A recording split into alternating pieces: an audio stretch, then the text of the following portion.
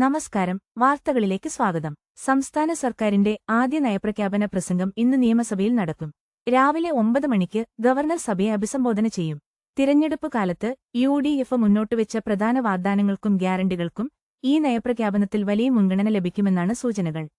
ഇതിൽ ഏറ്റവും പ്രധാനപ്പെട്ട പ്രഖ്യാപനം വരും ദിവസങ്ങളിൽ നടപ്പിലാക്കാൻ പോകുന്ന ചില ജനക്ഷേമ പദ്ധതികളാണ്.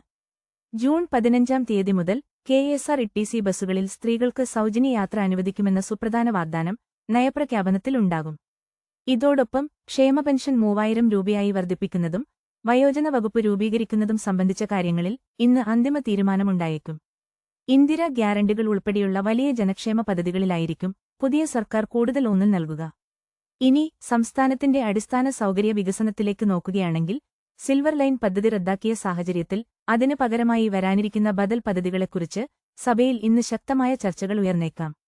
കൂടാതെ ദേശീയപാത നിർമ്മാണം സമയബന്ധിതമായി പൂർത്തിയാക്കുന്നതിനെക്കുറിച്ചും വിഴിഞ്ഞം പദ്ധതിയുടെ പുരോഗതിയെക്കുറിച്ചുമെല്ലാം നയപ്രഖ്യാപനത്തിൽ നിർണായക വിവരങ്ങളുണ്ടാകുമെന്നാണ് പ്രതീക്ഷിക്കുന്നത്.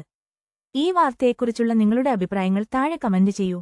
കൂടുതൽ വീഡിയോകൾക്കായും പുതിയ അപ്ഡേറ്റുകൾക്കായും ഞങ്ങളുടെ ഈ ചാനൽ സബ്സ്ക്രൈബ് ചെയ്യാൻ മറക്കല്ലേ. നന്ദി.